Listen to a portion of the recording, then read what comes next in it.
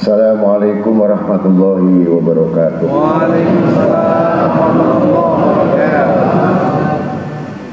A'udzu billahi alim minasyaitonir rajim. Bismillahirrahmanirrahim.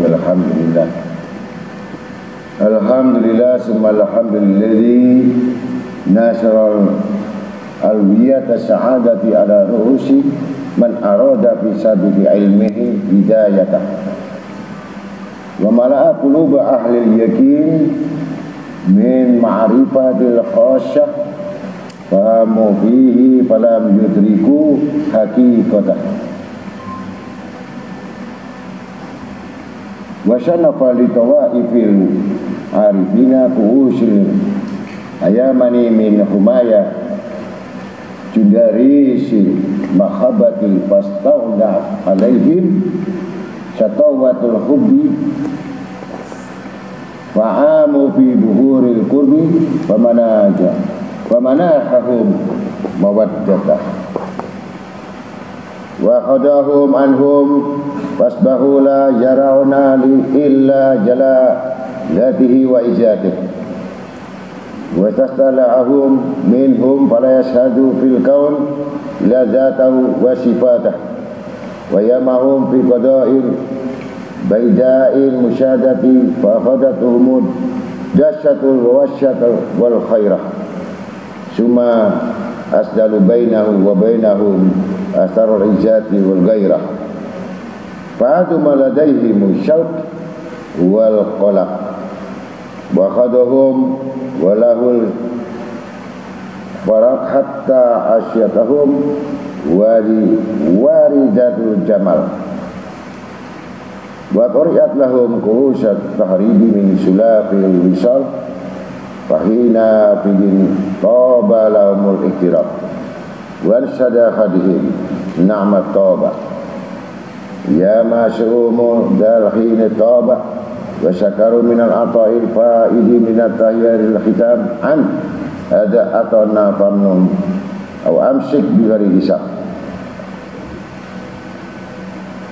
fa subhanahu min malikin lau ta'arafu li khalqihi lima arafuhu wa la taufiquhu li ahli ta'ati lima atauhu tabaraka min ilahin jalat azamatuhu wa asyajjanil khalqi rahmatuh wassalatu wassalamu ala sayyidis sadat sayyidina maulana Muhammad wa ala yatimati ahli syarafi wasyiyadah wa sa'usi ahlil tamkini wa sa'adah wa ala ali wa sabil ladina haju qasabati sabki fi maidanil wilayah wa kharashum bi riayati wal khiyamati wal khilaati ayuni aynaya amma ba'd fa qala ta'ala fi kitabil karim ya ibadiyalladzina amanu innal ardi wasi'atun fa iyaya fa'buduni kullu nafsin da'iqatul maut summa ilaina turja'un walladzina amanu wa amilus solihati lanubayyinannahum minal jannati ghurafan tajri min tahtihal anhar khalidina fiha ni'mal ajrul amilin. Wa qala Nabi sallallahu alaihi wasallam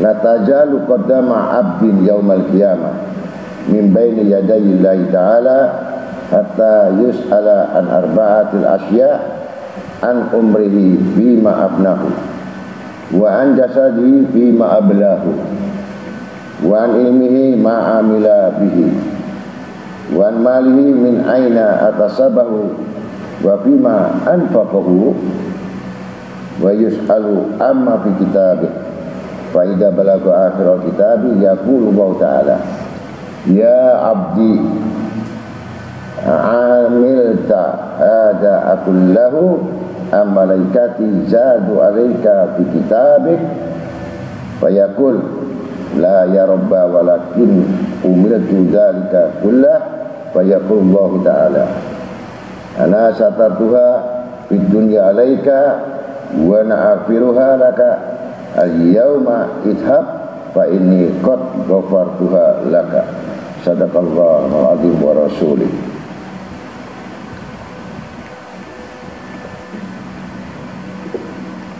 Ma'asyiral muslimin rahimakumullah. Alhamdulillah, alhamdulillah, alhamdulillah. Summa alhamdulillah rabbil alamin. Wal akibatu lil muttaqin. Kita banyak-banyak bersyukur kepada Allah Ta'ala karena malam ini kita masih diberikan kesempatan panjang umur bi taatillah, bi taati Rasul. Mudah-mudahan kita semuanya mendapatkan ilmu yang manfaat serta barokah dan diampunkan dosa-dosa kita, yang mana sekaligus kita sudah sama-sama belajar dan mendatangi majelis ilmu yang diwajibkan bagi kita agar kita menjadi orang-orang yang selamat dunia akhirat. Mudah-mudahan orang tua kita diampunkan dosa-dosa kita, diluaskan kuburnya, diluaskan rezekinya, diluaskan daripada peristirahatannya, dan dijauhkan dari segala bencana, siksa kubur dan azab kubur, dan dimudahkan segala urusannya di alam barzakh. Sedangkan yang hidup mudah-mudahan dilapangkan segala kemudahan-kemudahan, terutama di dalam amal ibadah kita. Kemudian rezeki kita yang halal, yang berkah, mendapatkan manfaat agama, dunia dan akhirat. Mudah-mudahan segala hajat kabul dan akhir hayat husnul khotimah. Salawat serta salam sejahtera yang semata-mata kita tujukan kepada baginda Nabi Syafi', Nabi Musyafa', Nabi Muhammad SAW bersama keluarganya. Mudah-mudahan dengan pembacaan maulid, dengan amalan-amalan sholawat, niscaya akan dicatat dengan sebagai bentuk catatan yang sifatnya adalah mendapatkan keselamatan dan syafaat yang besar kelak pada hari kiamat. Maka banyak-banyakilah membaca sholawat, niscaya Allah akan menjauhkan segala macam bala, musibah dan segala macam kerumitan di dunia sampai di akhirat. Karena satu selawat saja Allah sudah membalas 10 rahmat. Bagaimana 10 rahmat itu? Niscaya satu rahmat dibagi oleh Nabi Adam sampai kita ini tidak habis. Maka disitulah tanda-tanda orang yang mendapatkan keselamatan, yang mana Allah Ta'ala sudah memuji Nabi kita Muhammad SAW, dan sifat-sifat memuji adalah bagian sifat yang mendapat cintanya Allah dan ridhanya Allah. Mudah-mudahan kita dikelompokkan golongan orang-orang yang mendapatkan syafaat kelak pada hari kiamat dan masuk surga bersamanya. Amin ya rabbal alamin. Malam ini kita berbicara dalam tafsir yang disebutkan dalam surat Luqman ayat 32. Wa qaulu ta'ala fi kitabil karim. Wa idza ghasyahum mawjun kadulali da'awullah mukhlisina lauddin falamma najjaduhum ilal buri faminhum muqtasidun.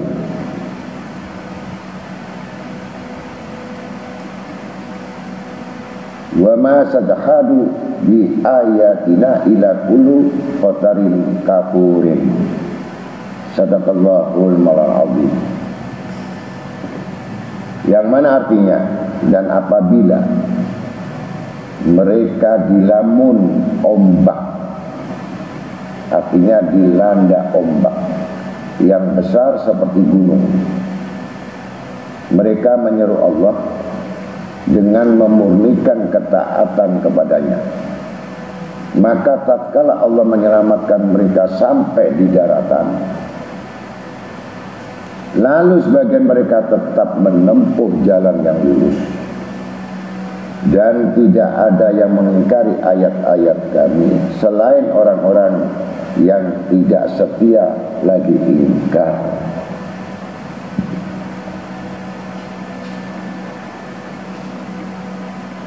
Maka kalau kita mengambil firman Allah dari kalimat wa idza ghasyahum maujun kadzulan, artinya dan apabila mereka dilanda ombak yang besar seperti gunung. Muqatil berkata, maksud kadzulal adalah seperti gunung-gunung. Al-Kalbi berkata, maksudnya adalah seperti awan-awan. Qatadah berkata lain, kata dulal adalah bentuk jamak dari dulatun, gelombang, diumpamakan dengan kata besar dan tinggi. Kalimat dulal.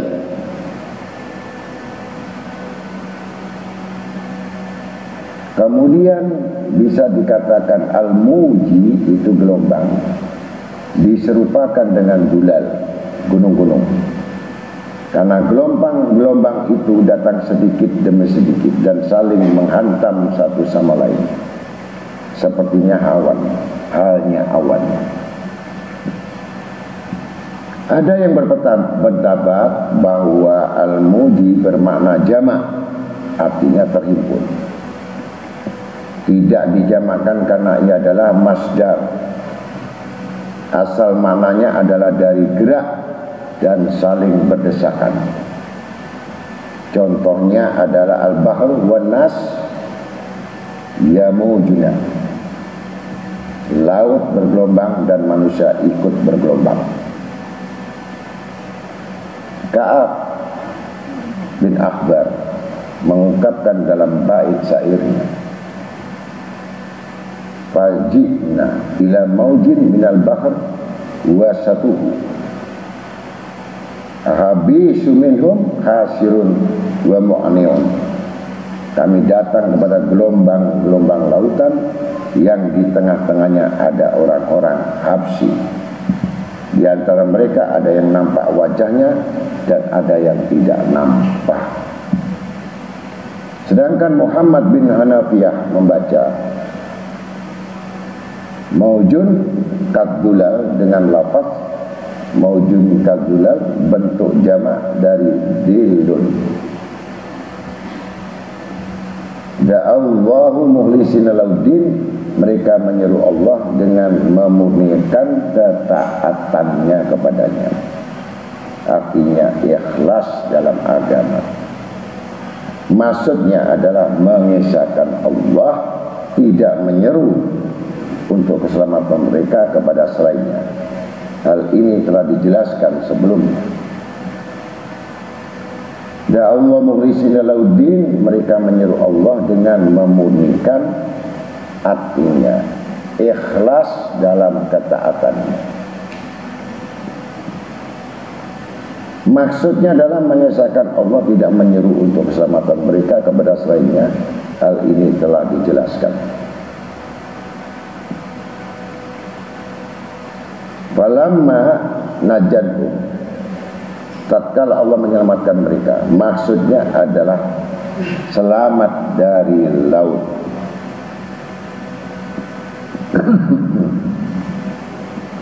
Ilal buri faminhum muqtasidun, sampai di daratan lalu sebagian mereka tetap menempuh jalan yang lurus.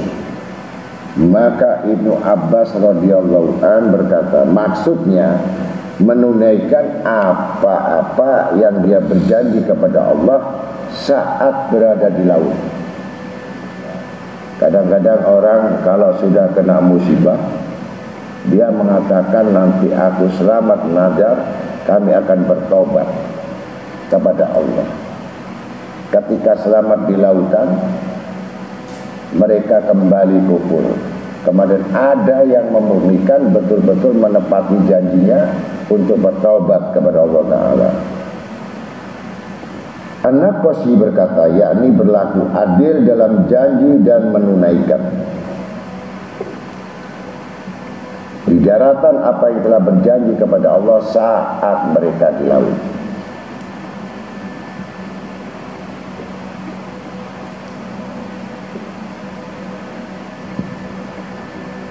Maka pendapat An-Naqashi ini disebutkan oleh Al-Mawardi dalam tafsirnya juz 3 halaman 288. Hasan berkata, muqtasidun, orang yang beriman, orang yang beriman.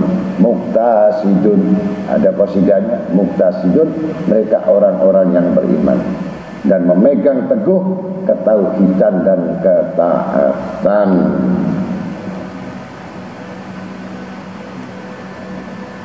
Ada yang berpendapat bahwa di dalam firman itu ada yang tidak disebutkan. Maknanya adalah, maka di antara mereka ada yang tetap menempuh jalan yang lurus dan di antara mereka ada yang kafir. Jadi kalau susah, dia seakan-akan menangis, seakan-akan minta pertolongan Allah. Pada saat dia diberikan kegembiraan, mereka lupa kepada Allah. Dan ada yang mengingat terus kepada Allah dan menambahkan ketaatan pada Allah. Ada yang betul-betul melepaskan diri dari Allah sehingga menjadi kedurhakaan kepada Allah. Ini bukan golongan muqtasidun. Karena orang muqtasidun adalah betul-betul berjanji untuk beriman kepada Allah Ta'ala.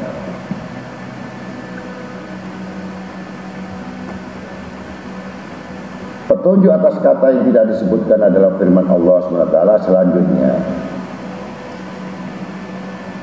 Wa ma sadhadu bisayatina bi ayatina ila kullu qatarin kafurin.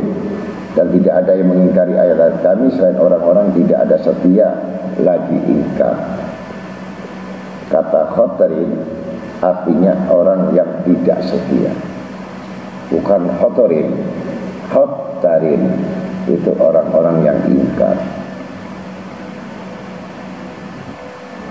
Kemudian al-khotri adalah tipuan yang paling buruk, bukan khotir. Khotri. Al-Jawhari berkata, al-khotri artinya penipuan.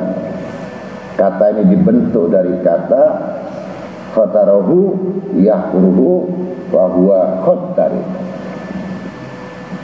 Al-Mawardi berkata, ini adalah pendapat jumhur ulama. Atiyah berkata, artinya sesungguhnya dia adalah orang yang ingkar. Pendapat Atiyah ini disebutkan oleh Al-Mawardi dalam tafsirnya juz 3 halaman 288. Al-Qushairi mengatakan bahwa kata tersebut dibentuk dari kata yakhtiru dan khotaru yakhturu.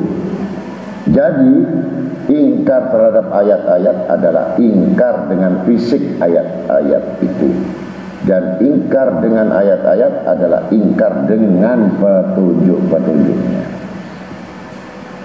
Maka demikianlah jelas untuk pandangan hakikat orang yang terombang-ambing atau kena ombak ini adalah ibarat kehidupan yang terombang-ambing. Bahtera kehidupan kena ombak. Itu adalah orang yang terombang-ambing, yang tidak memiliki atau melepas pedoman. Kapal kalau berlabuh ketika dasarnya ombak, ada yang melepaskan kemudinya, ada yang mereka menjeburkan dirinya ke laut, ada yang berputar-putar. Mereka seakan-akan hilang kendali dan terhempas oleh ombak. Kemudian seseorang tadi hanya memegang satu papan. Dan satu harapan adalah pertolongan Allah. Dan itu ikhlas di dalam permohonan. Karena permohonan yang ikhlas tadi adalah bentuk karena sangat darurat. Tidak ada yang bisa menolong kecuali Allah. Ada yang tidak makan 2 hari. Ada yang cuma makan plastik. Ada yang makan binatang hidup. Mereka mengadu kepada siapa? Hanya melihat bintang dan gelapnya malam. Ketika dalam kesungguhannya berdoa semata-mata kepada Allah, tentu di dalam hal seperti itu tidak akan ingat anaknya, tidak akan ingat istrinya, tidak akan ingat kepada usahanya, tidak akan ingat segala sesuatu, benda hartanya. Yang satu hanya mohon kepada Allah, Allah lah penyelamat, Allah lah sebaik-baik penolong. Ketika di situ bernazar, mudah-mudahan Allah menyelamatkan, kami akan bertaubat, kami akan betul-betul ibadat, kami betul-betul akan menuju jalan yang lurus. Yang satu juga berjanji yang demikian ketika 2 orang ini selamat. Ketika 2 orang selamat ini, maka satu kembali sampai di pinggir, dia akan mencari hartanya tadi, kopernya tadi, mencari anaknya, mencari istrinya. Lupa sesaat tadi perjanjiannya pada Allah. Kemudian setelah mereka bertemu dan berkumpul, maka lupa lagi perjanjiannya dengan Allah. Yang satu mengingat dan sujud syukur di tepi pantai bahwa dia punya kehidupan. Kemudian mencari sesuatu keluarganya dan semua apa yang tertinggal tadi untuk dihimpun kembali, dan betul-betul dia menepati janji. Itulah orang muqtasidun. Jadi orang-orang yang betul-betul beriman kepada Allah Ta'ala. 2 orang, apakah dia golongan yang selamat atau tidak? Maka gelombang itu adalah bentuk ujian. Bahtera itu adalah kehidupan, yang mana antara ujian dan kehidupan tidak terlepas daripada manusia.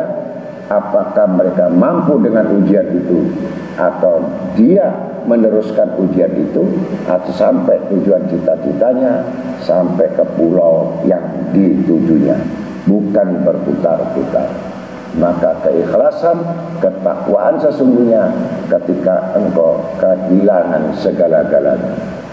Selama masih ada segala-galanya, kamu tidak akan bisa mendapatkan apa-apa segala-galanya dari Tuhanmu. Maka tekanan-tekanan itu merupakan satu ujian yang akan mengangkat derajat Allah kepada kalian semua. Itulah golongan orang-orang yang bertahan, yang disebut muqtasidun, adalah orang-orang yang tetap menjalankan firman Allah Ta'ala. Begitulah satu kisah, yang mana satu kisah ini ada seorang raja, yang mana raja ini bentuk raja di raja, orang yang paling kaya. Yang mana yang kaya rayanya tidak lain semuanya, dan raja ini adalah orang yang saleh, orang yang takwa, orang yang lurus. Maka ketika jalannya lurus, ketika jalannya baik, ketika amalnya baik, semua perbuatan baik, maka Allah menguji kebaikannya, menguji kesolehannya, menguji kesabarannya, menguji ketakwaannya. Maka didatangkan wali itu datang ke istana raja, datangi istana raja. Dan raja ini mempunyai hambal. Hambal ini khusus dipesan dan limited edition, tidak ada tandingannya. Ya, bulunya tebal, warnanya aneh atau klasik yang tidak dimiliki di Mesir atau di mana saja. Karena ini raja, pesan khusus, tidak ada yang menyamai. Dia mempunyai 2 hambal yang lebarnya bisa 8 meter kali 9 meter atau lebih, cuman 2. Maka wali tadi menguji atas kecintaan raja ini kepada Allah dan Rasul, apakah dia mencintai hambal atau karpet yang dari Turki ini yang disenanginya. Maka dimintalah hambal ini dua-duanya. Ketika aku bertamu, engkau tidak mengenal aku, tapi aku tahu engkau adalah orang soleh, engkau adalah orang yang takwa, raja yang zuhud, raja yang wara, raja yang hafal hadis Bukhari, raja yang hafal Quran. Udah hafal Quran, alim lagi, hafal hadis lagi. Dan dia zuhud terhadap dunia. Maka aku datang kepadamu, tidak lain, tidak bersilaturahmi yang tidak ada maksud. Aku ingin hambal yang kau siapkan di hamparan ruang tamumu. Bolehkah aku ambil? Maka raja langsung termenung melihat hal itu. Jangan ambil ini tuanku. Kalau minta yang lain, atau minta emas, atau minta sesuatu yang berharga dari hambal, niscaya kami tidak segan-segan untuk memberikannya. Kata si wali tadi, tidak, saya ingin hambalnya. Nah, dia bilang ini nggak ada lagi. Kalau ada lagi di toko, ada lagi di pabrik, niscaya kami akan beli lagi untuk pengganti. Karena di pondok kami, di masjid kami nggak ada hambal, kata wali. Maka izinkanlah untuk sebagai amal jariahmu, kami mengambil 2 yang paling kamu cintai. Inilah gelombangnya raja tadi. Semakin dekat kepada Allah, semakin besar gelombangnya tadi. Jadi kalau kita nggak usah untuk mencari gelombang besar. Gelombang kecil sudah goyang, apalagi gelombang besar. Jadi bahtera kita tidak akan sanggup. Maka kalau kita punya bahtera sesuai dengan ukuran kita, maka bahtera itu kita letakkan di sungai saja. Jangan coba-coba. Bahtera perahu layar kita yang kecil ini akan berlabuh di Laut Merah atau di Samudra Atlantik, niscaya akan tenggelam. Maka jangan terlalu mimpi kita untuk mendapatkan ilmu tasawuf atau ilmu ma'rifat, ibaratkan harus mempunyai persiapan kapal yang besar, yang anti ombak yang 35 meter, baru berlabuh. Kalau masih kapal ukuran 3 meter, 4 meter, jangan coba-coba di Samudra Atlantik. Nanti kembali tinggal namanya. Maka akan terhempas dan terbanting, tidak tersisa lagi. Itulah artinya, selama kita masih berpegang pada ilmu syariat, jangan coba-coba untuk masuk dalam ilmu hakikat. Yang tahu diri, yang tahu ukuran diri, sejauh mana kemampuan kita. Ketika sudah demikian, raja yang sudah terkenal zuhud, ketika melihat yang dicintai diminta, padahal itu harta benda, belum rohnya. Begitulah Allah menguji seseorang. Kalau memang betul-betul kamu akhirat, pasti kamu akan diuji, duniamu akan diminta. Kalau memang akhirat. Tapi kalau kamu ahli dunia, nggak perlu diminta. Karena kamu saja sudah sayang pada dunia, bagaimana diminta?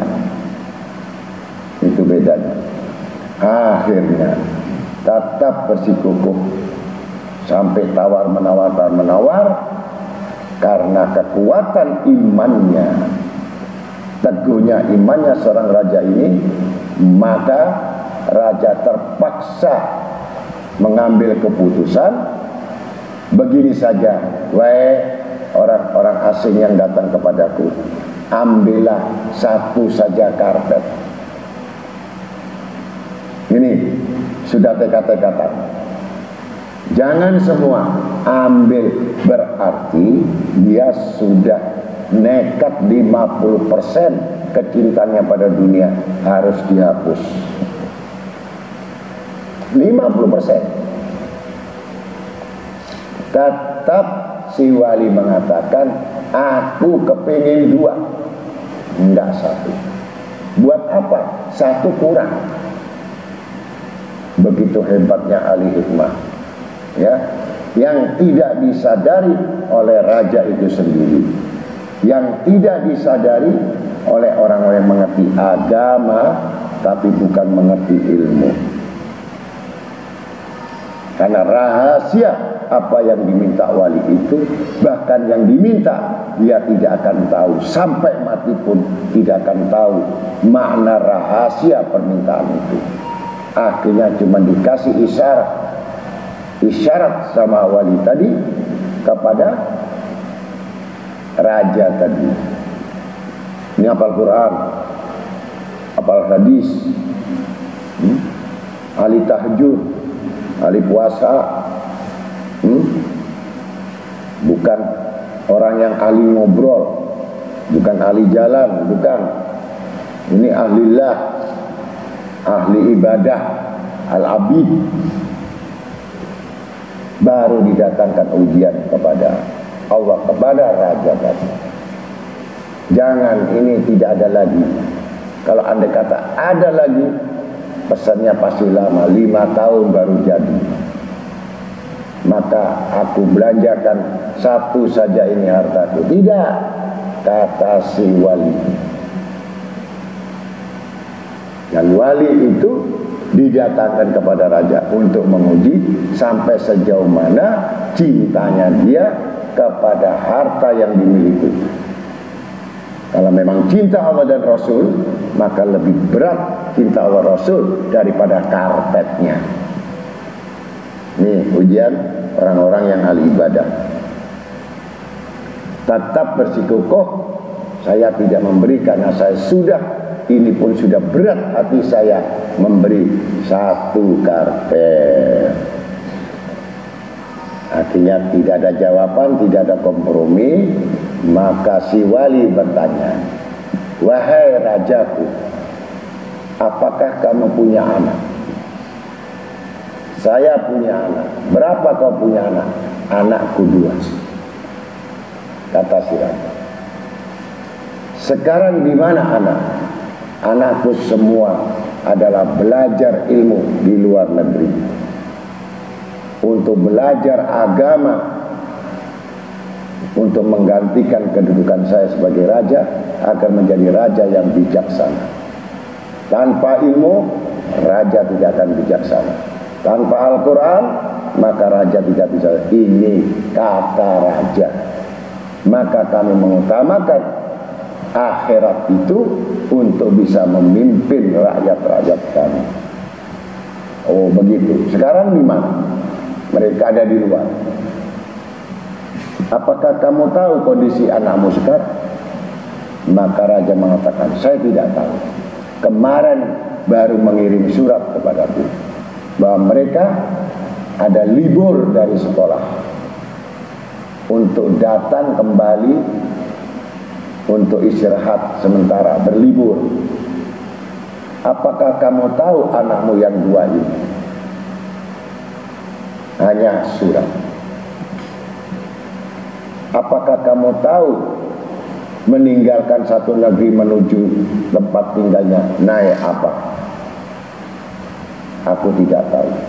Tapi yang jelas kebiasaan mereka pulang selalu naik kapal. selalu naik kapal. Baiklah, kamu sudah tahu tidak ada kendaraan pesawat, berarti dia harus menyeberangi laut dan harus bahtera kapal untuk sampai kembali ke rumah. Saya kembali ulangi kepada engkau ya Raja, bolehkah aku mengambil hambal karpetmu 2 lembar ini segera? Karena aku tidak ada waktu lagi. Tetap bersikukuh, aku sudah satu paling berat, aku tidak mengizinkan yang satu karpet itu. Baiklah, kalau itu keputusanmu, tetap kami bawa. Maka diambillah kendaraan, kuda, diambil karpet itu dibawa sama wali. Konon ketika sudah diambil, maka berita itu terdengar dari raja bahwa ada kapal yang bocor dan tenggelam. Ternyata 2 putra ini naik kapal yang tenggelam itu. Ketika naik kapal itu tenggelam, maka bertanya raja, bagaimana keadaan nasib anakku yang 2 ini? Akhirnya kapal yang sudah bocor tenggelam itu ternyata dari 2 anak tadi yang selamat itu hanya 1 orang. Yang 1 orang itu dia melipat dirinya masuk di dalam karpet. Karpet itu terbawa oleh ombak kemudian sampai ke pantai. Yang 1 anaknya tidak ada karpet. Maka karpet yang 1 tadi untuk menyelamatkan anaknya yang dari ketenggelaman lautan. Yang 1 tadi karena tidak diberikan karpetnya, maka lenyaplah anak itu, meninggal. Berarti lebih berat karpet daripada anak.